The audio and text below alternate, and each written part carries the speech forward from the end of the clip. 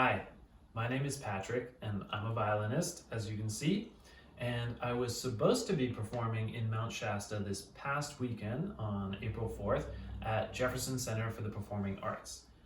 But as you know, we are in the middle of a global pandemic, so all concerts and events have been put on hold for the time being.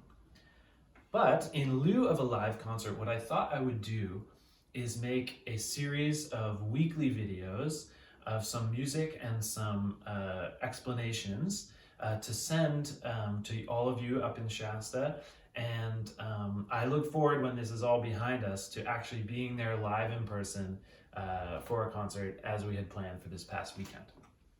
So one thing I wanted to say before I start is just a little bit about my role and how I see my job.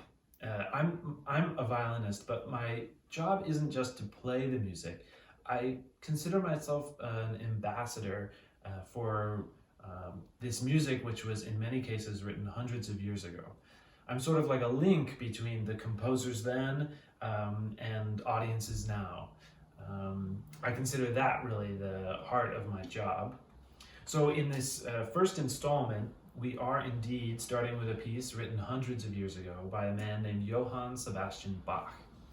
He is a very famous composer of classical music, and he lived from 1685 to 1750 and was a brilliant organist, a keyboard player, and also a violinist.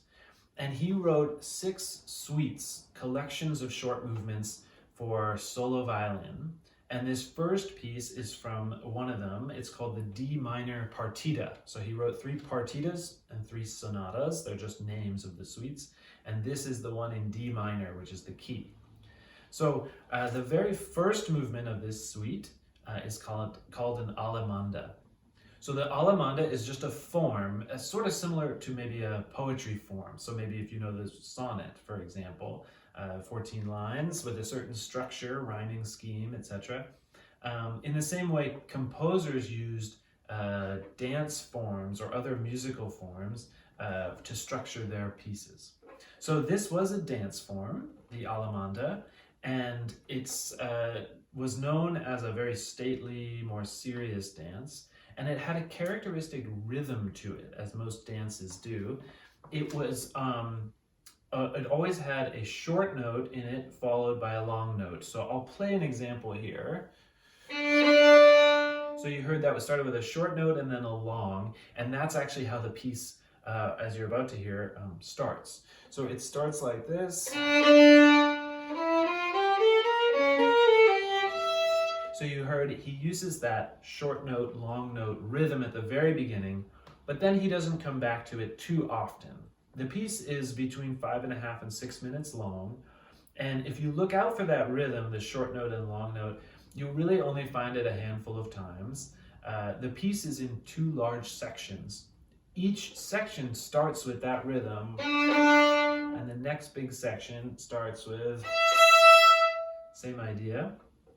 And one thing to know is each of those sections is repeated, and there's a tradition among violinists that when you repeat the section, you have the license to add little ornaments or little extra notes in there. So I'm just going to give you an example. Here's the opening couple notes of the piece here and the first time around.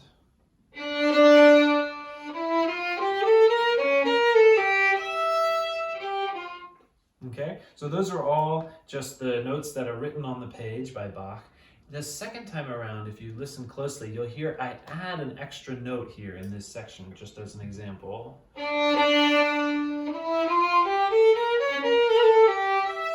So if you heard, I add that little, what we call a trill.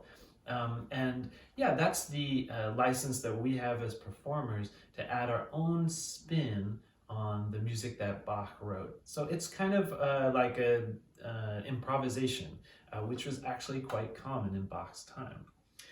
So without further ado, I'd like to play the Allemanda by J.S. Bach.